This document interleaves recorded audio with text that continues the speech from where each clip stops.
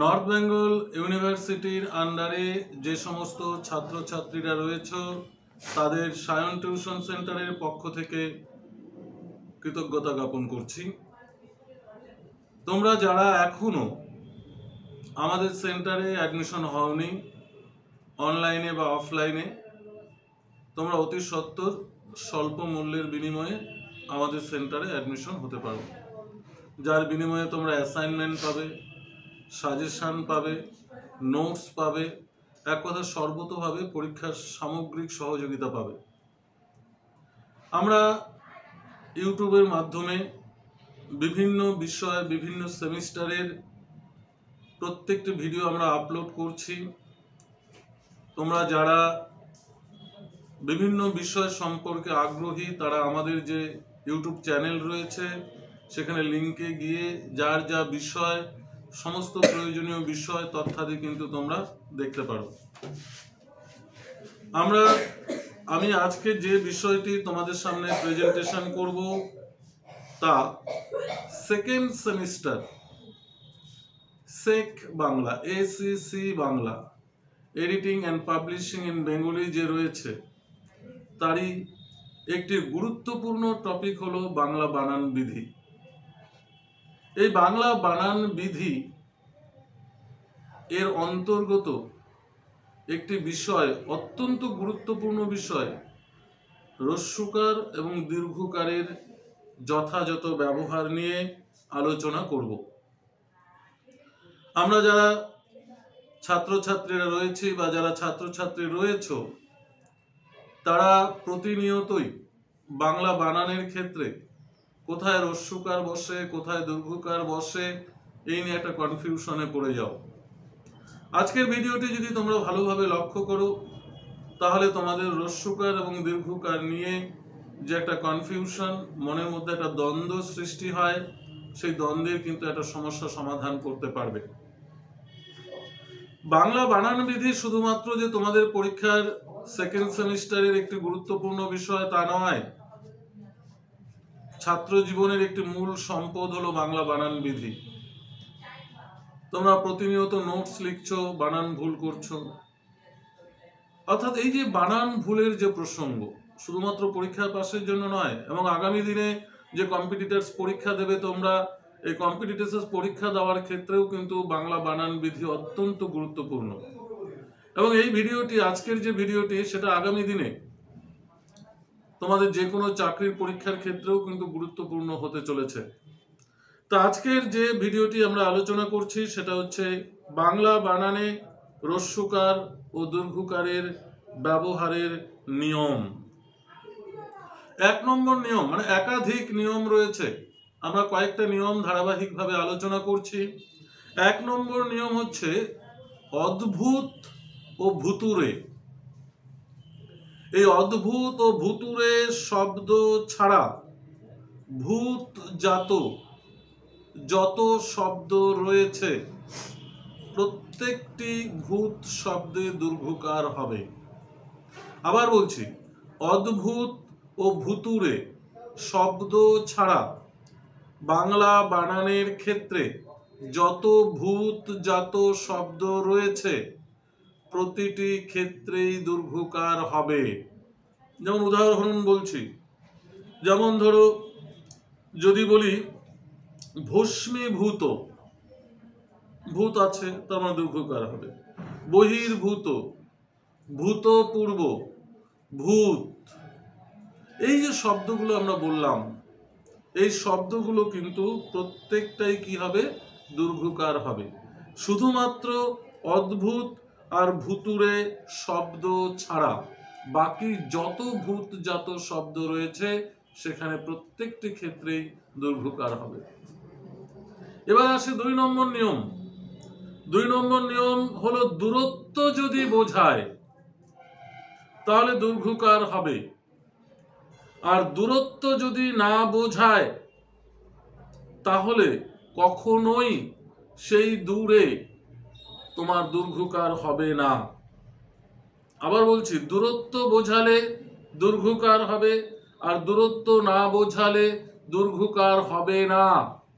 দীর্ঘ উকার, তোমরা যখন নোটসে লিখো তখন শুধুমাত্র দীর্ঘ উকার দিয়ে দাও, কিন্তু অবশ্যই মনে রাখবে দীর্ঘ উ লিখে হাইফেন দিয়ে কার, তারপর ব্র্যাকেটে দীর্ঘকার চিহ্নটা দেবে। তাহলে একটু ভালো করে খেয়াল করো, দূরত্ব বোঝালে, ধরো আমি বললাম দূর, দূর কি দূরত্ব বুঝিয়েছে, তাই দীর্ঘকার হবে। দূরত্ব, দূরবর্তী, অদূর, দূরীকরণ, দূর দূরান্ত, দূরবীক্ষণ, এই যে প্রত্যেকটি শব্দ রয়েছে, এই প্রত্যেকটি শব্দের ক্ষেত্রে দূরত্ব বোঝানো হয়েছে। তাই দূরত্ব যদি বোঝানো হয় তাহলে সেই ক্ষেত্রে দয় দীর্ঘকার ব্যবহার করতে হবে। আর যদি দূরত্ব বোঝানো না হয় তাহলে সেই ক্ষেত্রে হ্রস্বকার ব্যবহার করতে হবে। যেমন ধরো আমি বলছি দুরবস্থা, দুরবস্থা কি দূরত্ব বোঝানো হয়েছে? মোটেই নয়, খারাপ অবস্থা, তার মানে এখানে হ্রস্বকার হবে। যদি বলি দুরন্ত, দূরত্ব বোঝানো হয়েছে? হয়নি, তার মানে সেখানে কি হবে? হ্রস্বকার হবে। দুরাকাঙ্ক্ষা, দুরারোগ্য, দুরূহ, দুর্গা, দুর্গতি, দুর্নীতি, দুর্যোগ, দুর্বল, দুর্দয়, দুর্নাম, দুর্ঘটনা, কোনোটাই কিন্তু দূরত্ব বোঝানো হয়নি। তো যেখানে দূরত্ব বোঝানো হয় না সেই ক্ষেত্রে অবশ্যই আমরা হ্রস্বকার ব্যবহার করব, আর যেখানে দূরত্ব বোঝানো হয় সেই ক্ষেত্রে আমরা অবশ্যই দীর্ঘকার ব্যবহার করব। তবে এই প্রসঙ্গে তোমাদের একটি কথা মনে রাখা উচিত, ধরো আমরা ওই যে পূজা, পূজা, দুর্গা, আমরা পূজা শব্দটা পরে ব্যাখ্যা করব, পয় হ্রস্ব পয় দীর্ঘকার দিয়ে যখন ব্যাখ্যা করব তখন বোঝাবো।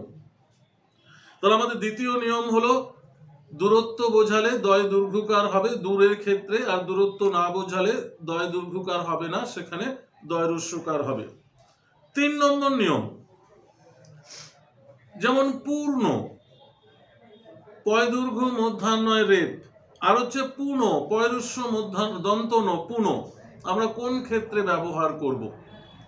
পূর্ণ শব্দটি কমপ্লিট বা ফুল অর্থে ব্যবহার করব, আর পূর্ণ কথাটি আমরা রি অর্থে ব্যবহার করব, এগেন পুনরায় অর্থে কিন্তু আমরা ব্যবহার করব। যেমন ধরো যদি বলি পূর্ণ, সম্পূর্ণ, পরিপূর্ণ, পূর্ণমান, পূর্ণরূপ, প্রত্যেকটি ক্ষেত্রেই কিন্তু কমপ্লিট অর্থাৎ ফুল অর্থে বোঝানো হয়েছে।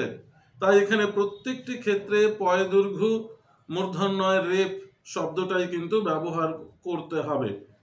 আর যদি পুনঃ অর্থাৎ রি অর্থে ধরো পুনঃ প্রকাশ, পুনঃ পরীক্ষা, পুনঃ প্রবেশ, পুনঃ প্রতিষ্ঠা, পুনর্মিলন, পুনর্গঠন, পুনরুদ্ধার, এখানে কোনোটাই কিন্তু কমপ্লিট অর্থে বোঝানো হয়নি।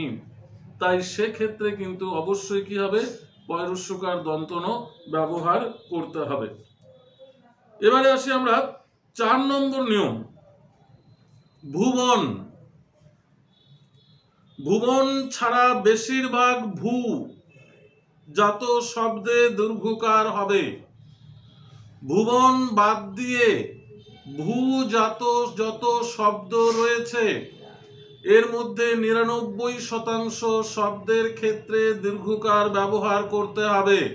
যেমন ধরো ভূগোল, ভূগোলে দীর্ঘকার, ভূমি, ভূমিষ্ঠ, ভূপৃষ্ঠ, অর্থাৎ ভূ জাতীয় শব্দ ভূগোলকে বাদ দিলে বাকি যত শব্দ রয়েছে ভূ, এর মধ্যে 99% বানানের ক্ষেত্রে ভয় দীর্ঘকার ব্যবহার করতে হবে। তাহলে বোঝা গেল আমরা কোথায় হ্রস্বকার বসাই আর কোথায় দীর্ঘকার বসাই। এবার প্রশ্ন হচ্ছে, যে শব্দটা আমি তোমাদের বলতে চেয়েছিলাম পূজা, আমরা সাধারণত পূজা বানান কি লিখি? পয় দীর্ঘ বর্গীয় জ আকার লিখি, কিন্তু এই পূজা বানানটি কিন্তু সঠিক নয়। পূজা বানান সঠিক হলো পয় হ্রস্বকার বর্গীয় জ আকার। কেন? এই কারণেই পূজা শব্দটি কিন্তু কমপ্লিট অর্থে বোঝানো হয়নি। পূজা শব্দটি কমপ্লিট অর্থে বোঝানো হয়নি। যদি কমপ্লিট অর্থে বোঝানো হয় তাহলে কিন্তু সেখানে পয়, এখানে আমরা যে বিষয়টা একটু আগেই বলেছি পয় দীর্ঘকার এবং পয় হ্রস্বকার, যেহেতু আমরা পূজা বানানটা দীর্ঘকার দিলেও আমরা দেই, কিন্তু এর কারণটা কি? এর কারণ হলো যে পয় হ্রস্বকার এবং পয় দীর্ঘকার দিয়ে যদি আমরা পূজা শব্দটা ব্যবহার করি, সেই ক্ষেত্রে এই কারণেই ভুল হয় না, কারণ দুটো পূজা মিনিং একই রয়ে গেছে। দুটো পূজা মিনিং কি হয়? একই অর্থ রয়ে গেছে। যদি মিনিং এর পরিবর্তন হতো বা অর্থগত পরিবর্তন হতো তাহলে কিন্তু পয় হ্রস্বকার বর্গীয় জটাই সঠিক হতো। কিন্তু যেহেতু এখানে দুটোর মিনিং এর কোনো পার্থক্য হচ্ছে না, তাই সেক্ষেত্রে আমরা দীর্ঘকারও ব্যবহার করতে পারি, হ্রস্বকারও ব্যবহার করতে পারি, কিন্তু পূজা বানান একুরেট অর্থে কিন্তু আমাদের হ্রস্বকারই সঠিক বানান। এবারে আসি যে বিষয়টা রয়েছে অত্যন্ত গুরুত্বপূর্ণ, এছাড়াও যে বিষয়টি রয়েছে লোকমুখে সাধারণত জনসমাজে প্রধানত অনেক বাংলা শব্দের বানানে হ্রস্বকার হয়। যেমন ধরো কুয়ো, কূপ থেকে কুয়ো, ধুলি থেকে ধুলো, রূপা থেকে রূপো, পূর্ব থেকে পূব।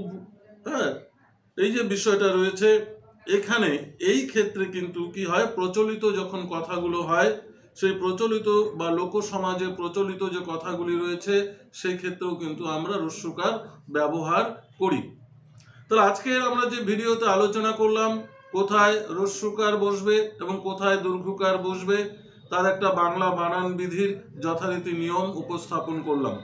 সম্পূর্ণ ভিডিওটা ভালো করে দেখলে তোমাদের কিছুটা হলেও ধারণা জন্মাবে যে কোথায় আমরা হ্রস্বকার ব্যবহার করব এবং কোথায় আমরা দীর্ঘকার ব্যবহার করব।